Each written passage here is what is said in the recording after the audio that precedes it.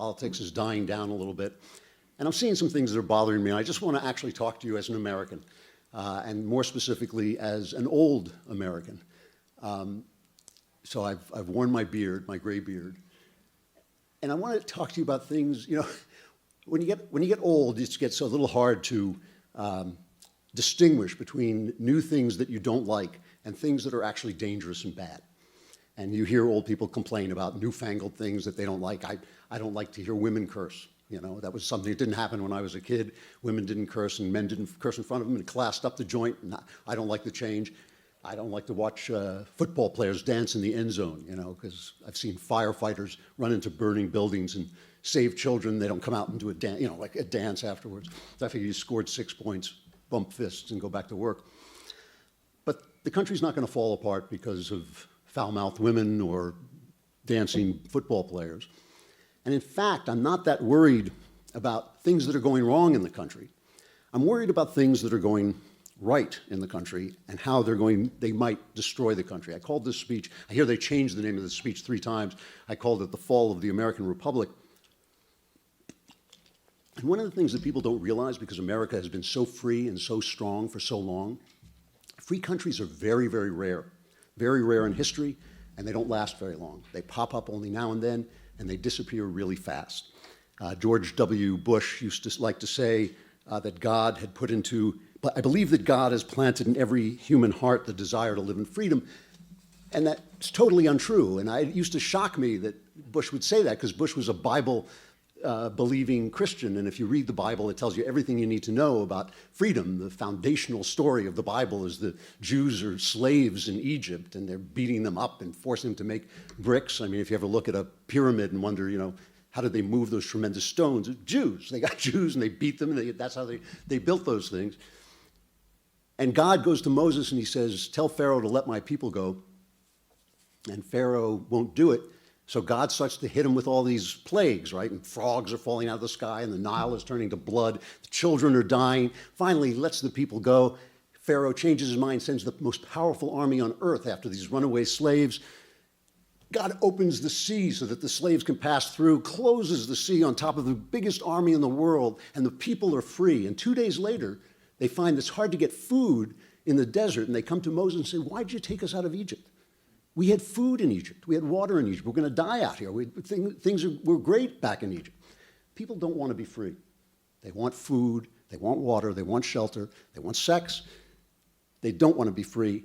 And a few people, most people don't want to be free, and a few people want to rule over other people.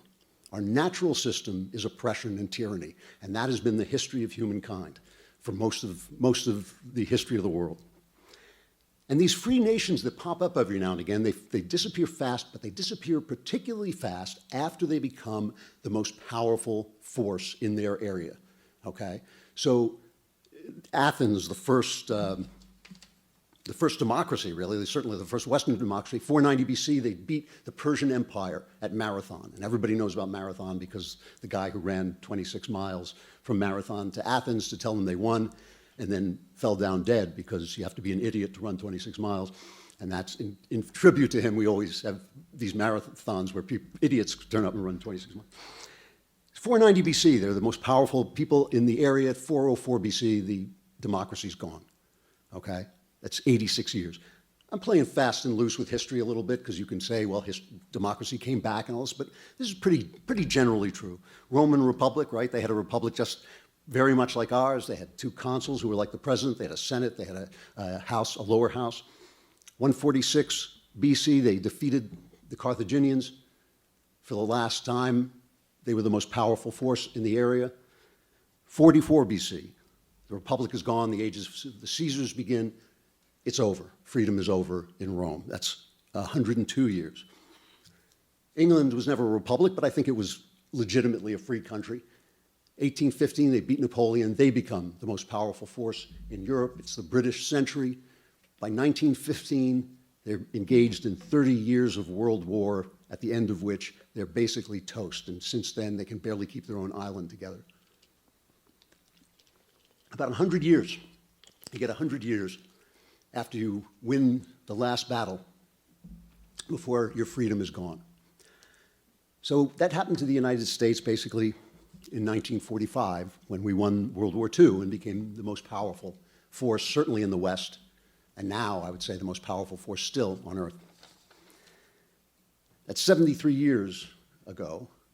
That means you got about 27 years left, okay? And for some of you, I mean, the good news is that I'm 64, so I'll be gone. The bad news is people like you are screwed, I mean, this is like, this is soon, it's fast, and it happens fast, okay? And it happens fast for a lot of reasons, but one of them is that without challenges, people revert to their natural state. They don't want to be free. You have to teach people to be free, and it takes centuries. It takes centuries to teach people just that they're individuals, they're made in the image of God, they should have dignity, they have the right to express themselves freely, they have the right to be everything that they want to be, and that nobody was born wearing spurs to ride them with. I mean, that's something you have to teach people. It takes centuries, and they forget it like that, okay? So let me tell you some signs I see that this is all coming to pass, that the Republic is in more trouble than it looks like. Here are just some facts, all right? Here are some things, for instance, that probably won't happen to you. Your children probably won't die. Now, in 1900, think about this for a minute. In 1900, 1 out of 3 of the people who died in the United States were children under 5. So 30%, just about 1 in 3. 100 years later, by 2000, that number was 1.4%. Good chance your children won't die. That's new in history. That's a new thing. The guys here, probably, unless they volunteer, won't have to go to a war. That's new in history. That didn't happen before, okay? The women have choices no women have ever had anywhere on Earth, and they're safer than women have ever been. I work in Hollywood, and when Game of Thrones came out, there was a lot of complaining that there were a lot of rape scenes in Game of Thrones. And I went to pitch an idea to the Sci-Fi channel, and the woman there, the story editor was a woman. She was complaining about all the rape scenes in Game of Thrones. I said, it used to be like that. And she said, well, they shouldn't write it. They shouldn't write about it. And I thought, no, you should write about it. You should know. I know there's a lot of talk about rape, but in fact, women are safer here than they've ever been. Just little things that are not little at all. If you get sick, you take a pill, you don't die, right? You have running water. You spend less. In 1970, I think it was, people spent 20%, 18 to 20% of their income on food. Now you spend half that on food. You talk about the pyramids. If Pharaoh saw a Whole Foods, he would trade all the pyramids for a Whole Foods, where you could walk in for $5, buy lunch. That's incredibly good. I mean, these are new things. Right this minute in the United States, the chance of being unemployed if you have a high school education is 3.9%, virtually nothing. The poorest fifth of Americans have increased their income by 80% since 1979. And that's, there are transfers, that also make it so that it's increased since 2000. The poorest income have risen 32%. The upper middle class of America constituted 13% of the population in 1979. As of 2014, it's 30%, the upper middle class.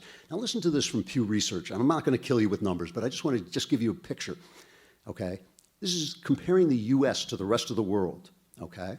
More than half of Americans are high income compared to global standards. 32% are upper middle income. That means 88%, 9 in 10 Americans have a standard of living that's above the global middle income standard. 2% of Americans compared to the rest of the world are poor, 2%, which is a very tiny number of people. So here's some other facts, all right? Things are going well in America. I didn't like Obama. Some people I've heard it rumored don't like Donald Trump. Can't imagine why anyone would dislike a lovely guy like Donald Trump. Things are going well in America compared to other places now and compared to other places that have ever existed. You guys will probably live longer. You're not going to lose any jobs because of your race. Things that happened when I was a kid are not going to happen to you. Here's some other things. Around the world, the life expectancy is rising. In America, for 3 years in a row, it's fallen. It's fallen for one reason: despair. People are committing suicide and taking drugs and overdosing on drugs. Everything's going great in the country. People are despairing and dying. Here's a poll that just came out from YouGov.com about young people. Half of the young people in America believe that the United States is racist and sexist. And many believe that, 46% believe that America is more racist than other countries. I lived overseas for 7 years. I lived in England, great country, lovely country. I traveled all over the world. America is the least racist country on earth. And when I say that, I mean the least by like a long, long chalk. We live so close together here, which doesn't happen in most other countries. I mean, go on Google Pictures and get a picture of some other major city in the world and see if it looks like like New York or San Francisco. I mean, they don't. You know, if you go in to look at Beijing, you know, do they have the kind of diversity, the different colors, the different ways of life? No. I mean, this is the least racist country on earth. Still, 38% of younger Americans believe that America has a history that we can't be proud of. 84% don't know the specific rights enumerated in the First Amendment, which means that 84% of people who are talking about politics in America don't know what they're talking about. 84% of people who are pounding their palm with their fist and are angry do not know what the hell they're talking about, okay? Because they don't know what's in the First Amendment, which is what we're here for. So I've just told you 4 things, right? Republics fall 100 years after they reach their powerful peak. Things are going great in America. People are dying of despair in America, and young people are unpatriotic. And I would add, well, I'll get back to that. I was going to say that young people are ignorant, but youth and ignorance are synonyms. I mean, you simply don't have time before you're 30 to know enough to really have a concept of the world around you. You just don't. It's just a question of time. So why? Why is there this dissociation between the actual state of America and the way people feel? And it's not just an opinion. It's not people grumping over their newspaper. It's people killing themselves. It's young people who hate the country that they were born in, which is freer than any country has ever been in the history of humankind, ever, okay? Now, whenever people are asked what's wrong with the country, they tend to tell you about something that they don't like. They blow up something that they don't like into the main problem. You know, you hear people say, the problem with this country today is violent video games, you know, but too much nudity in the movies, too much sex in the movies. I'm a storyteller, as I said. I've spent my life telling stories. I've made a tremendous living, as Donald Trump would say, writing mystery stories and writing films and screenplays. And I've been a journalist, and I've paid a special attention to the way stories affect people's minds. Think about this for a minute. You go to a movie, and there's a sad scene. You watch Downton Abbey, and somebody dies, and you cry. You're sad. You're crying about somebody who was never born, who never lived, who didn't die, who's invented. You're crying about an invented person, and you're really heartbroken about it. I've read books that broke my heart for years. I mean, I read A Farewell to Arms. I never got over the end of that book. Stories have this amazing power to make the imaginary real, okay? And they affect the way you see the world. And we're told stories all the time in all sorts of places. Your professors tell you stories. Television news on the internet tell you stories about what's happening. Hollywood, obviously, tells you stories about what's happening. There are stories all around you making the imaginary real. Now let me read you a couple of headlines. These are real headlines from respected journals. This is from the Washington Post. It's not wrong to compare Trump's America to the Holocaust. Here's why. Now, I hope some of you guys know what the Holocaust is, right? The Holocaust is where the police show up at your house because they don't like your last name, and they cart you and your family off by the millions and gas them to death, okay? That's the Holocaust. Really? I mean, really? You know, they call Trump a tyrant and authoritarian. Look, I have all kinds of problems with Donald Trump. This is not a commercial for Donald Trump. They call him on TV, respectable people wearing ties and jackets, you know, people who get paid to talk for a living are telling you that Donald Trump is a tyrant. And yet, in the last midterm election, all these people who were tyrannized, all these people who were being gassed, all these escaped from their prisons and voted his majority out of office in the House of Representatives. It's not how tyranny works. Dislike Donald Trump all you like. That's not how tyranny works. It's not what it looks like. Here's one from the New Yorker. We live in the reproductive dystopia of The Handmaid's Tale. Now, I haven't seen The Handmaid's Tale. It was made by some pals of mine. The show was. I read the book. And if you haven't read it or don't know the story, it's a dystopia in the future where a lot of women can't have children, so the women who can have children are sort of made basically the sex slaves of the elites. Why the elites don't just marry the women who can have children, I cannot remember. I read the book so long ago, I'm not sure why, but they don't, so these poor girls get essentially raped by these elites, and then they are forced to bear their children. So this is in the New Yorker. I mean, the richest, whitest women in the world read the New Yorker, right? My wife reads the New Yorker. That's who reads the New Yorker, okay? So I just have this picture of them sitting on Martha's Vineyard, you know, with a skinny latte and a vape, you know, going, oh my God, it's like living in The Handmaid's Tale, you know? I mean, this is a completely imaginary headline, all right? Now, the left owns so much of the narrative territory in this country that it's easy to pick on them, okay? They own the academies, they own Hollywood, they own most of the corporate news media, and they own most of the corporate social media. And I love this about the left because the left has been complaining about corporations for all these years until they became the corporations, and now they just take all this information that is coming from corporate sources and they believe it.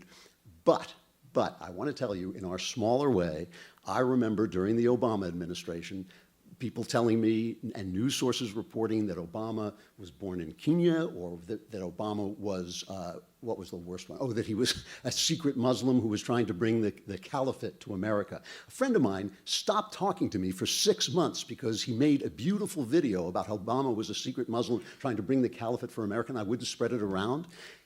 He couldn't believe, you know, and he said, why? I said, because it's not true. The guy's the president of the United States. He's not a spy for some crazy Muslim people. So we do it on the right as well. We tell these stories as well, okay? Now, the thing is, stories work because they have a kernel of truth, okay? The craziest story you can imagine is speaking to something inside you if it works. There's horror movies, you know, Star Trek, Star Wars movies, all these movies. They may be absurd, they may be scientifically ridiculous, they may be realistically ridiculous, but they speak to something that's going on inside you. So Trump is a tyrant, is a good example. You know, Trump, there's nothing tyrannical about Trump. As far as I can see, he hasn't violated the Constitution in any way that I can tell, but he's a bully and he's a thuggish presence, right? So he offends people and he gets in people's hearts and they're afraid of him, and especially if you're a leftist and you think, you know, oh my God, anything that shifts the country to the right is the end of the world. You know, it's speaking to that real thing in people, that story.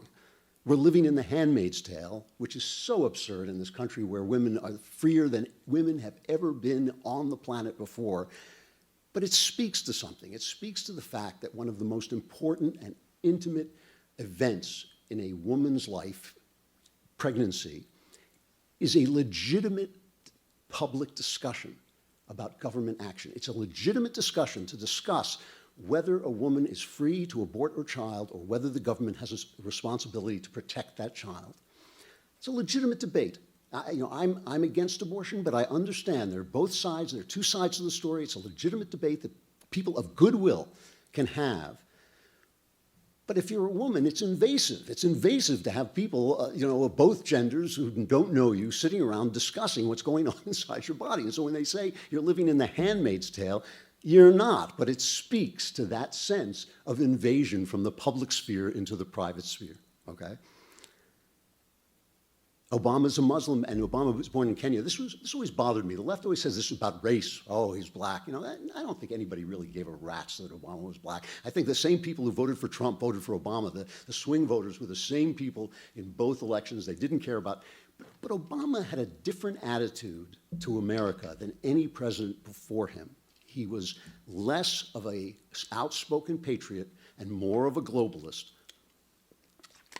He spoke ill of America in foreign places, and he made people feel that he wasn't quite one of us.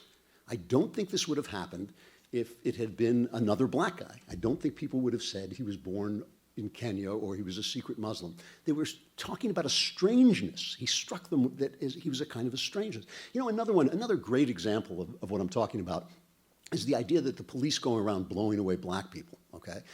Every study, including studies by very far left organizations, have shown that's not true. It's just, factually, it's not true. The cops do not use deadly force against black people more than they do against white people. Actually, it's the reverse. However, I don't think anybody of any color can doubt that the experience that a black person has with a policeman is different than the experience that a white person has with a policeman. A policeman pulls me over for speeding, and that's happened from time to time, right?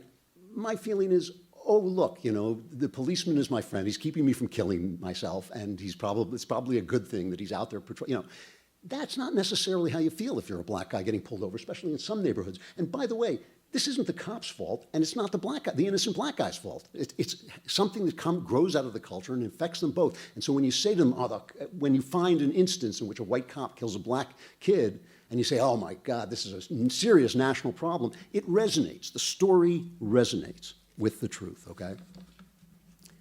So many of the debates that we're having, so many of the conversations that we're having, have a rational way of talking about them that we don't use. Instead, we go for the fiction. We talk about the fiction, you know? And I mean, I've noticed, just wandering around your school, I've noticed a lot of attention about gender and sex and all this. I mean, you know, so you're young people, I guess that's what you're going to be thinking about. But, you know, what if you had a debate where you said, there are male traits and female traits. We call them that because mostly men get the male traits and mostly women get the female traits. But it's sprinkled out and it's nature. So nature goes wrong and nature does confusing stuff. And there are some men who maybe have so many female traits that they feel like inside like they're a woman. I think we could talk about that. And maybe that's a problem. Maybe it doesn't happen enough for us to take kind of public action about it, but maybe it's a big deal. But when you say some women have penises, and if I call myself a man or I call myself a woman, then that's what I am, you're talking nonsense. You're telling a story that has resonance because there's a truth to it. And what happens is when you say things like that, the other side reacts, right? They call conservatives reactionary. I think they have a point. We tend to go like, wait a minute, that's ridiculous, you know? Where you could have a civil debate and find out that the person who disagrees with you is a friend of yours and not your enemy. Instead, you're raging, you're angry, you're frightened, and you're in despair. That's the way stories work. I've been telling them all my life. I've made a lot of money telling stories. That's the way stories work. So let me give you just a couple of ways that I confront stories so that they don't sweep me away. And see if this resonates with you at all. And then I'm going to stop because I really like, if you have any questions or you just, you know, you want to talk back and forth, I would be happy to do that. Three things beat storytelling. First of all, one is don't be ignorant, you know. As I said, youth and ignorance are synonyms, and again, not an insult. You know, I mean, my son is a genuine scholarly genius. He's now 28. He's just becoming an educated man. It took me till I was in my 40s to be an educated man because I'm not a scholarly genius. It takes a long time to find stuff out. If you're not reading the opposition, if you're not reading the people who disagree with you, you're not finding out anything. If you're not reading history and you don't know why the founders of this country did the things they did, then you don't know what you're fighting about or what could get broken in the fight, okay? You know, there's a wonderful, I don't know how many people read the Federalist Papers anymore, but the Federalist Papers are just some of the greatest political documents ever written, in which 3 of the founding fathers explained why the Constitution was a good thing, trying to get people to sign on. And one of the things they talked about is let me quote you one of the most famous quotes from the Federalist Papers. This is from James Madison. He said, if men were angels, no government would be necessary. If angels were to govern men, neither external nor internal controls on government would be necessary. In framing a government which is to be administered by men over men, the great difficulty lies in this. You must first enable the government to control the governed, and in the next place, oblige it to control itself. So the founders understood human nature. They understood people didn't want to be free and that some people want to enslave them, and they tried to set power centers off one another. And that's why so often conservatives who are trying to conserve the Constitution, that's what we're trying to conserve, find themselves arguing for process and systems over when other people are arguing about events. I'll give you an example on a subject on which I think I'm pretty much of a liberal, all right? Gay people. I've worked in the arts my whole life. Without gay people, I would never have made a living, okay? Some people of goodwill that I know think that homosexuality is a sin per se. I'm a devout Christian. I have no idea because I'm not a gay person. I don't know whether gay people feel at odds with God. If I do, I think they should work it out with God. I don't think it's any of my business. When I was a kid, gay people could be arrested for being gay. The world as it is today is better. It is better that the people I work with and know and respect don't have to live in the shadows and can come out and walk around West Hollywood, which is all there are in West Hollywood, and be free. That's better. That's a good thing. I strongly disagreed with the Supreme Court ruling saying that gay marriage was a right. You can find out why by reading Antonin Scalia's dissent. I disagreed with it not because I cared about the subject. I don't care how gay people live or what they do with their lives or what makes them happy. I hope they're happy. I hope they have a good life. I care that 5 judges make a law that should be passed by the people. Before they did this, we were arguing with each other. We were voting in our localities. That's the way the system is supposed to work. Why? Because if you give the power to 5 people, pretty soon there's going to be no power left for the rest of the people. That's how that works. That's what the founders were thinking about. So don't be ignorant about it. Find out. You should know what's in the First Amendment. You should know that people didn't even want to have a First Amendment. Madison didn't even want to have a First Amendment because he said if the power is not in the Constitution, the government doesn't have it. They don't have the power to censor the press. The second thing, and this is a huge one, and right now it's a problem for the left, but it has been a problem in my lifetime for the right. Right now it's a big problem for the left. You shouldn't censor anybody. You shouldn't shout down anybody. You shouldn't exclude the ideas of anybody. The other day I heard Tim Cook, the president of Apple, the CEO of Apple, and he said hate speech has no place on iTunes or the App Store because we have an inner voice of morality, and that inner voice speaks to us, and we have to listen to that inner voice. And I thought, dude, my inner voice says freedom of speech. That's what my inner voice says. Let the people speak. I'm not afraid of bad ideas, even hateful ideas, because I know that if all ideas are allowed, the good ideas will ultimately win. The good ideas will win.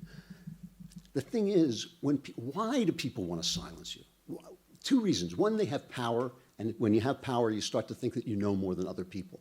Tim Cook doesn't mean to be a bad guy here, but here's a corporation defining what's hateful. It's so easy. It's so easy to call the other guy hateful and disallow what he has to say. What could be easier than saying, "Oh, that's hateful." Especially when you invent this thing, dog whistles. Dog whistles are things that conservatives say that leftists can twist into sounding racist. That's what a dog whistle is. So it's easy to make people sound racist. It's easy to make people sound hateful, and some people are hateful. You get those too. But the only reason to really censor people is if your arguments are bad and you can't afford to listen to the other arguments. You never see my pal Ben Shapiro, you never see him silence anybody. Why? Because he knows he's going to win the argument. When you're confident in what you're saying, you don't have to force people to say anything. That's why, I was talking about gender, which like I said, I see as a big problem here. That's why when they say, you have to use this pronoun, I think, hey, live the way you want, but don't tell me how I see reality. Don't dictate to me what you think reality is. The only reason you do that is because you're afraid you'll lose the argument. And the last one, which is probably the most controversial thing I'll say today. I'm not going to tell you to believe in God. I'm not. But I will tell you, do not dismiss the idea of God, because that's the narrative. There's been a narrative in the West for hundreds of years, and the narrative goes, I call it the Enlightenment narrative. It goes like this. There was the classical civilizations, Greece and Rome, they collapsed, and then there was the Dark Ages and the Middle Ages when people lived under the tyranny of religion, and then, hurrah, the Enlightenment came, and religion was left behind for science. And though religion tried hard to silence science, it didn't succeed, and science eventually triumphed, and now we all know that we should be atheists because science teaches us this.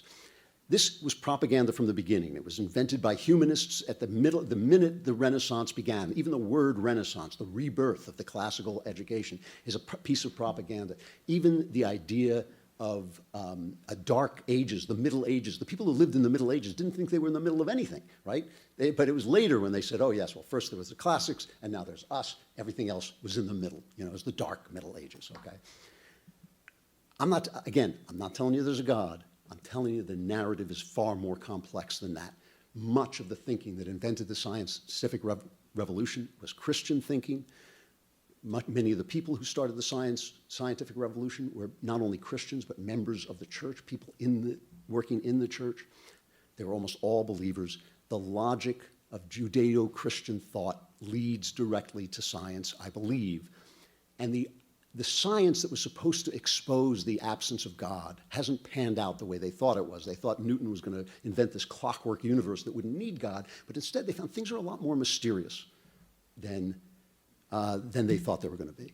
The only reason I say this is because the reason people are in despair and the reason democracies and republics collapse after they become successful is because people lose a sense of meaning, okay? They lose a sense that they have anything heroic to do. Our forefathers fought the Nazis. The Nazis are pretty well gone, you know. Our forefathers brought down the Soviet Union. Communism is still around, terrible idea, but it's still around, but the Soviet Union is gone. Our forefathers marched on Selma.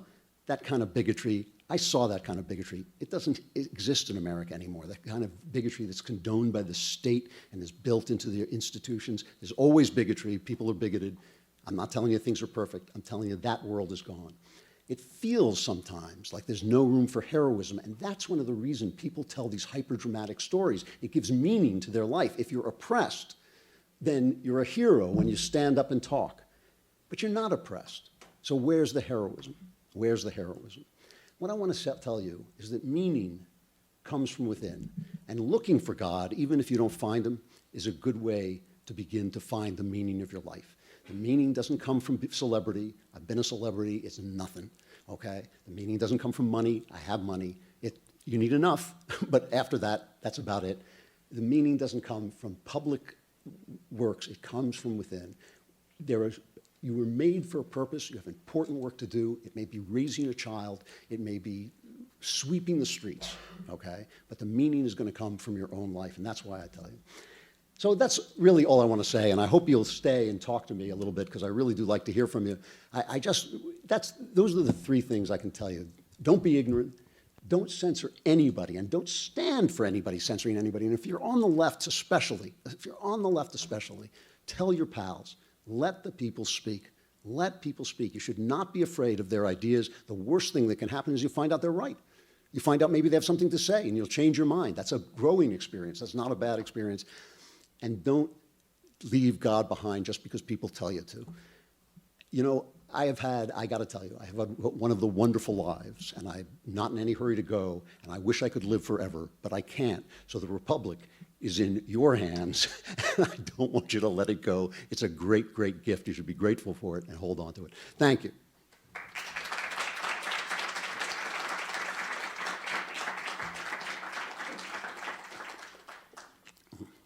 So we'll be happy to do questions now.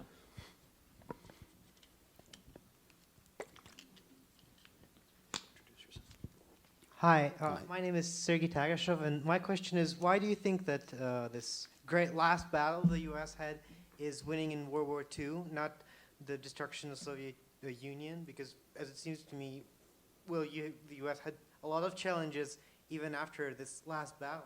Yeah, my point about the World War II is that it made us the most powerful force in the Western Hemisphere. It made us the leader of the free world. The Romans, after Carthage, still had to fight, the Parthians and things like that. There's still battles to fight. But my point was simply that when you become the dominant power in your area, and you become secure, that was the thing, we become secure, that's when republics tend to unravel. That's why I use that.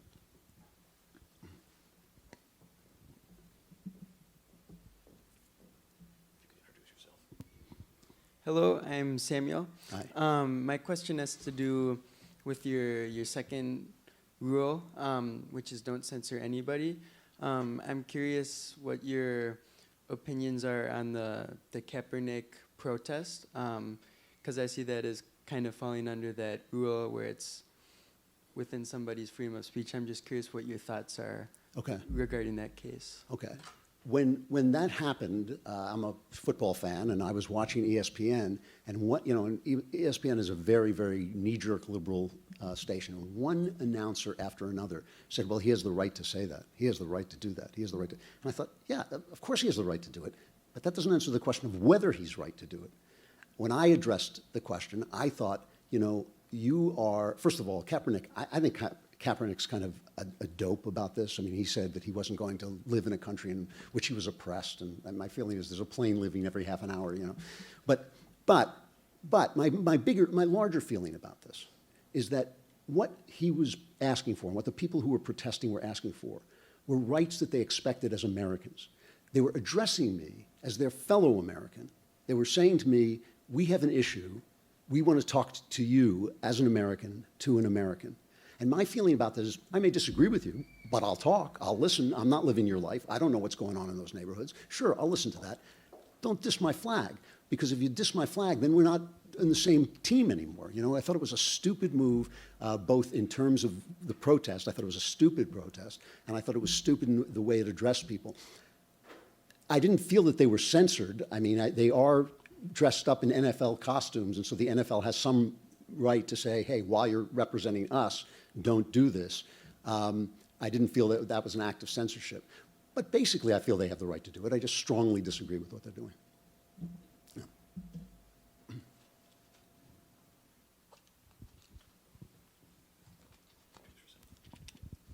So, hi, I'm Nate. So you were talking about how Britain is, you believe, it's already kind of past its point, like it's unraveling, right? What do you think about the idea that the large wave of Muslim migration into Europe might be unraveling Europe as a whole?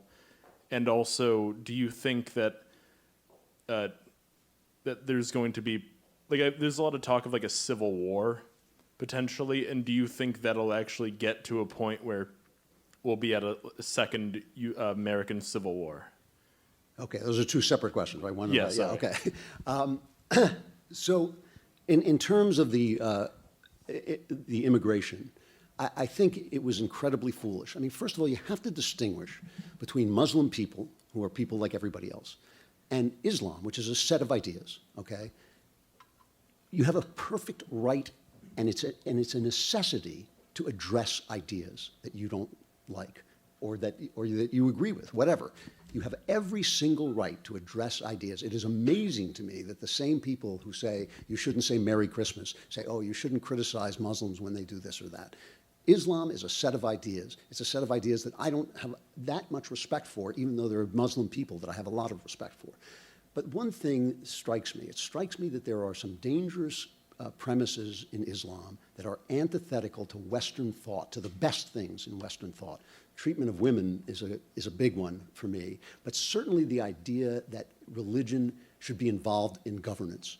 That's a very hard thing to take out of Islam and still remain and still have Islam. The idea is that the government should have an Islamic tendency, okay?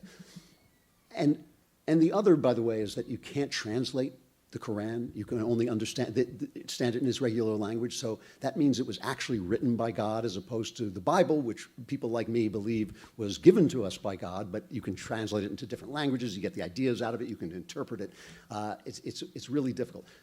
To bring in a large number of people who may be holding ideas antithetical to your culture seems reckless, at least, okay?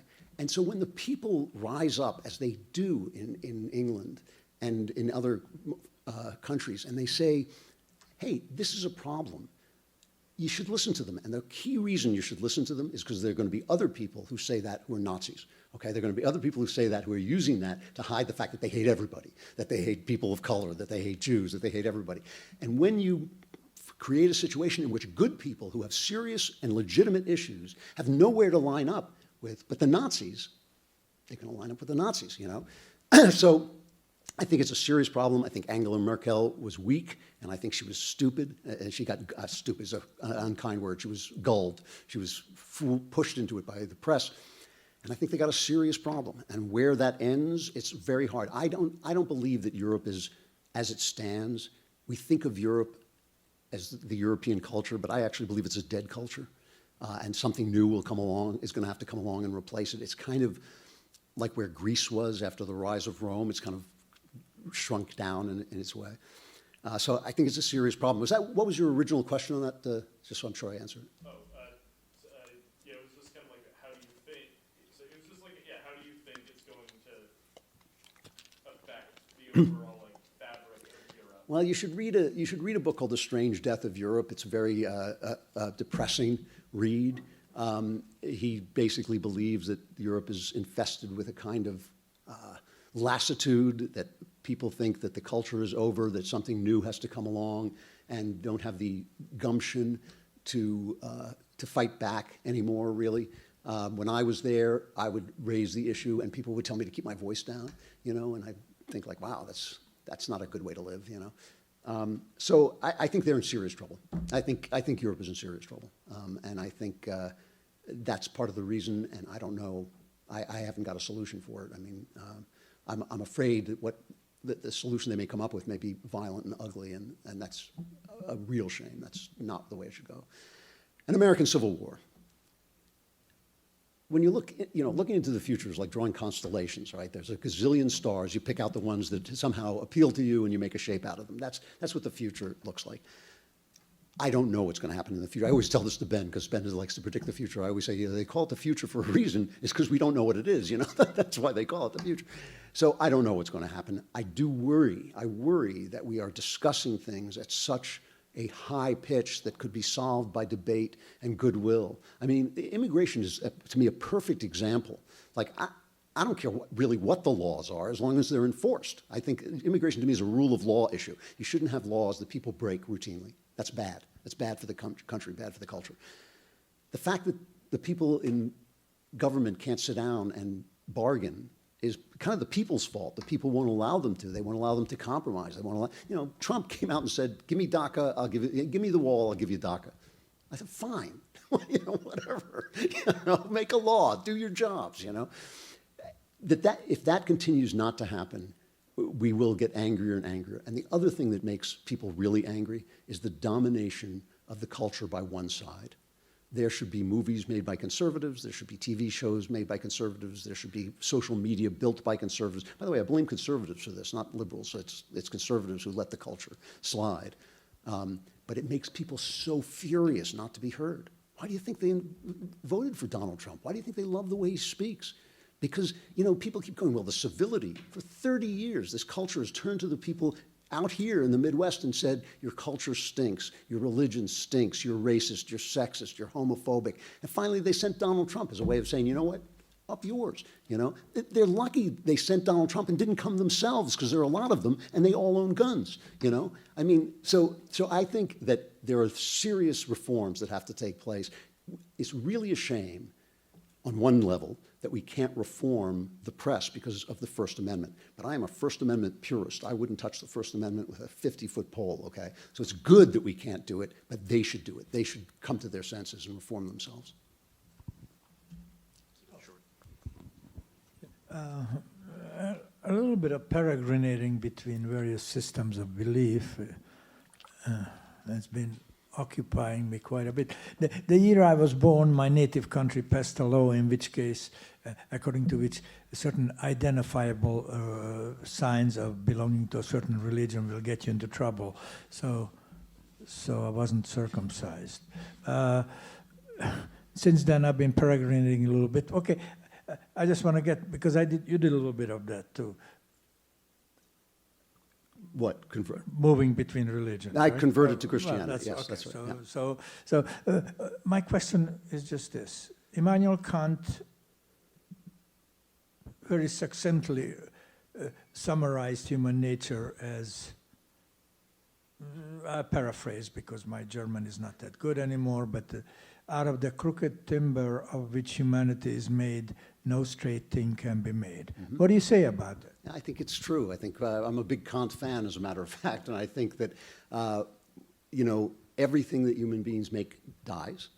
Our republic will die.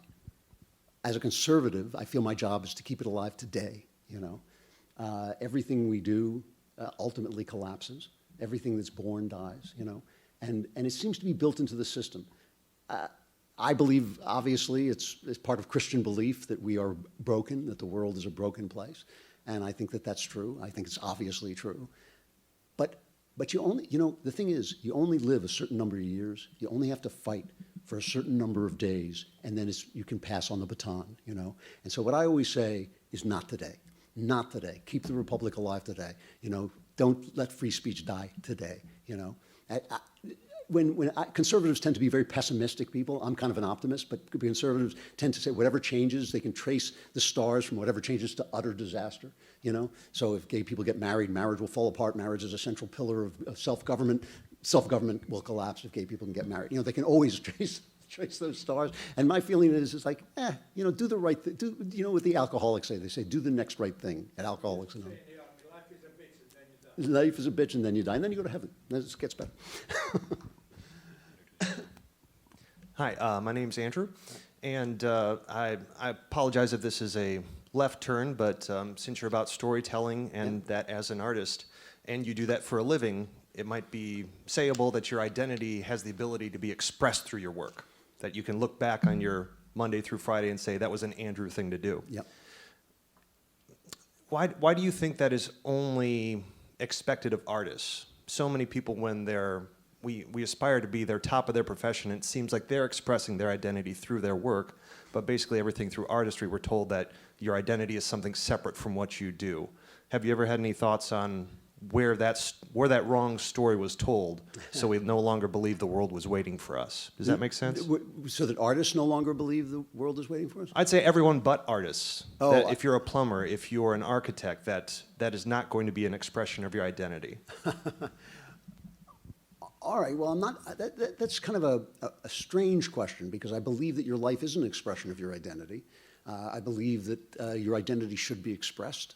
I believe that one of the reasons I think we should pay attention to what the founders were telling us is because Plato said this, basically, that if freedom becomes your God, you'll lose your freedom, basically, right? But you can express yourself part of expressing yourself is allowing other people to express themselves as well. Artists, I got to tell you, there's an old joke, how many writers does it take to screw in a light bulb? And it's one to hold the bulb while the world revolves around him, And I think that art does come with this kind of natural egotism, which is a serious problem for people like me who don't want to be egotists, right? You have to pay a lot of attention to yourself to be an artist. You have to pay attention to every fleeting thought that goes through your mind. You have to keep wounds open that other saner, more healthy people close. So artists get over-celebrated as people, and they are given too much authority as people.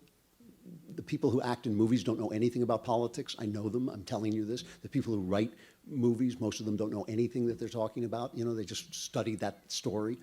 So we give them too much credibility, and I don't think anybody should be imitating artists. I don't think anybody should think that celebrity or self-expression at that level is a positive thing. I think artists make wonderful things, but the process by which they do it is pretty unhealthy for the most part. So I guess what I'm saying is I don't want to tell people not to express themselves. I think they should. What I think is that I would rather, as Mark Twain had a great line where he said something like, I would rather talk to a soldier who's been to a war about war than talk to a poet who's never been to the moon about the moon, right? And I think that we should listen to people. I mean, one of the true events that changed my life as a young man. I was a coastal kid, right? New Yorker, basically. But I loved Jack Kerouac, so I wanted to wander around the country. So I got in a car, and for years, I just drifted around the country. And I met all the people out in the Midwest, and all the people in the South, and all the people. And they were nothing like they were in the movies. They were much smarter. They were much wiser. People who didn't have a big education knew a lot of stuff that I didn't know, you know. And I think people should express themselves, and I think we ought to listen more. Does that answer? I mean, it's kind of a vague question, so I'm not sure I've got. Well, I apologize. Yeah. You touched upon it with the artist. I'm saying, for the average American, where do you think the story became, you will not find expression unless you're an artist? Why can't people insert themselves into their archaeology or their I got banking it. I got nature? it. That's the culture of celebrity. Celebrity has, it used to be the artists came to town, the actors came to town, you locked up your daughter, right? Because they were disreputable people. They're still disreputable people, and now we put them on TV and listen to what they have to say. That's the problem. It's the culture of celebrity that elevates the worst among us, and sometimes the most moronic among us, and asks them serious questions and then listens to their opinion. I mean, every day in the New York Times, they say, here's what the late night comedians are saying. I think, like, tell me what people, mothers are saying. Tell me what people are saying. Tell me anything but what late night comedians are saying, because I don't care.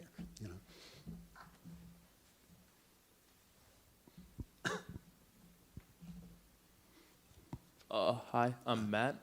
My question is about what you touched on with Judge Anton Scalia about like limiting government power.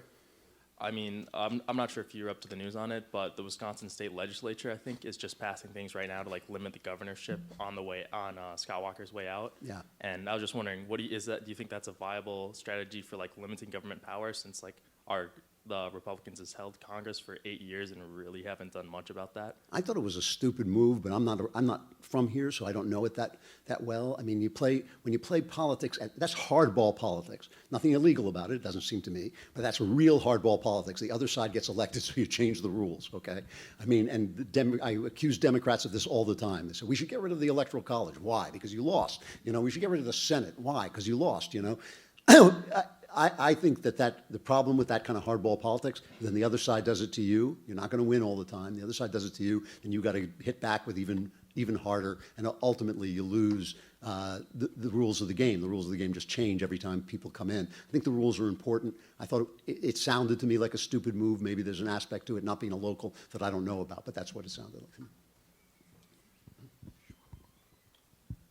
I mean, I guess I was trying to get more at like, not that move in specific as much as more of like, what do you think are moves that like Republicans can do towards like limiting governmental power? Like I was just giving that as an example of something that happened. Like I mean, okay. I agree that it's bad politics, but Right. I think like doing things like executive orders and stuff is also bad politics. Right. Well, one really important thing, and this is a hobby horse of mine, but still, and it's kind of a boring subject, so I won't go on forever, but is regulation and unelected agencies. This is a huge, huge deal. Trump has done a good job cutting back on regulations, but he hasn't cut back the source of the regulations. And the problem we have is that Congress, if you're a congressman, you don't want to pass a law because it means that people say, you passed that law, I'm voting you out of office, right? So rather than lose your job, you don't do your job. So what they do is they pass a law that says something like, air should be clean, okay? And then the EPA shows up at your house and says, oh, we have a right under that law to declare your toilet a waterway, so you can't use it anymore. And then you go back to the politician and say, hey, I can't use my toilet because the EPA said so. And they say, well, we didn't do that. That was the EPA. That should be illegal, right? There's a Supreme Court ruling called Chevron that says when you come upon a regulation, you should trust the regulatory agency's interpretation of it. So that means if I pass a law that says you can't discriminate in terms of sex, and the agency says, oh, by sex, he also means animals, animals are a sex. So now you have to let an elephant into your classroom. You can't do anything about it. So what I would like to see Republicans do is I'd like to see them overturn Chevron in the courts, but also pass law that says that the Congress is responsible for legislating and has to take responsibility for it, and the agencies are just responsible. That's a big deal. Yeah, I know it's not that interesting, but it's a big deal. And I think that Trump is also doing a good thing with his Supreme Court justices. This argument is not between leftists and people who want to pass left-wing laws and people who want to pass right-wing decisions. It's between judges who make left-wing decisions and judges who follow the Constitution. I do not want justices making right-wing rulings. I want them following the Constitution. That was our last question, so let's thank Mr. Andrew Klavan for coming here tonight. Thank you very much.